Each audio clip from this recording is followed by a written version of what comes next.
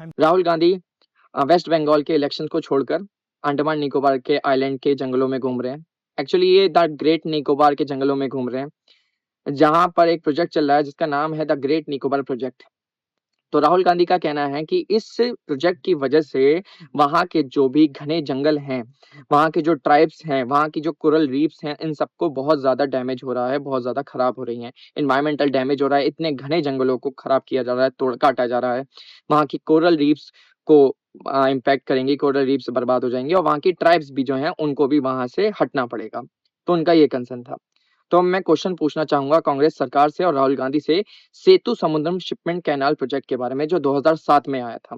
Actually में सेतु समुद्रम Ram Setu project जिसे कहा भी जाता है, ये 2007 में लाया गया था। इसका मेन रीजन था टाइम को कम करना और फ्यूल बचाना। एक्चुअली में जो इंडियन ओशन से जो भी शिप्स आती हैं वो श्रीलंका से गोल घूमते हुए वहां से बे ऑफ बंगाल की तरफ जाती थी और स्टेट ऑफ मलक्का की तरफ जाती थी।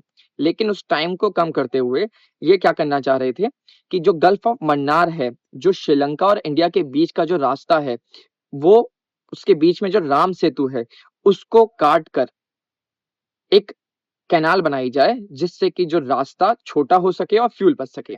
इसका रीजन था कि टाइम बचाना। इसका मेन क्या रीजन था? टाइम बचाना और फ्यूल बचाना, जिससे कि फायदा होगा, पैसे बचेंगे, फ्यूल बचेगा और टाइम भी बचेगा। बस यही फायदा था इस प्रोजेक्ट से। और लेकिन इससे इम्पैक्ट क्या क्या चीजें हो रही थी? सबसे इंपॉर्टेंट इम्पैक्ट, हमारे हिंदू रिलीजन में राम सेतु को बहुत ही ज्यादा स्पिरिचुअली माना जाता है और राम सेतु को एक धार्मिक रूप से देखा जाता है, जिसका साइंटिफिकली प्रूव्ड है।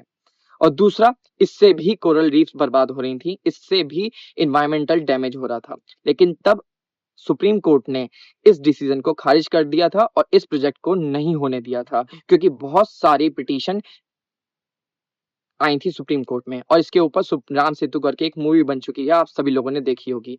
तो मैं राहुल गांधी से पूछना चाहूंगा, तब उन्होंने ये इन्वायरमेंट से रिलेटेड बातें क्यों नहीं बोली थी?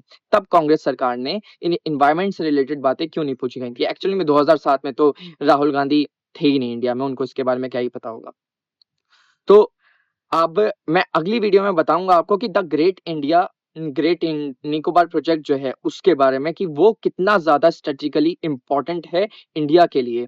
उससे सिर्फ फ्यूल और टाइम नहीं बच रहा है, उससे कितनी ज्यादा चीजें हमारी स्ट्रेटेजिकली हम स्ट्रांग बन रहे हैं, वो आपको मैं नेक्स्ट पार्ट 2 में बताता हूँ।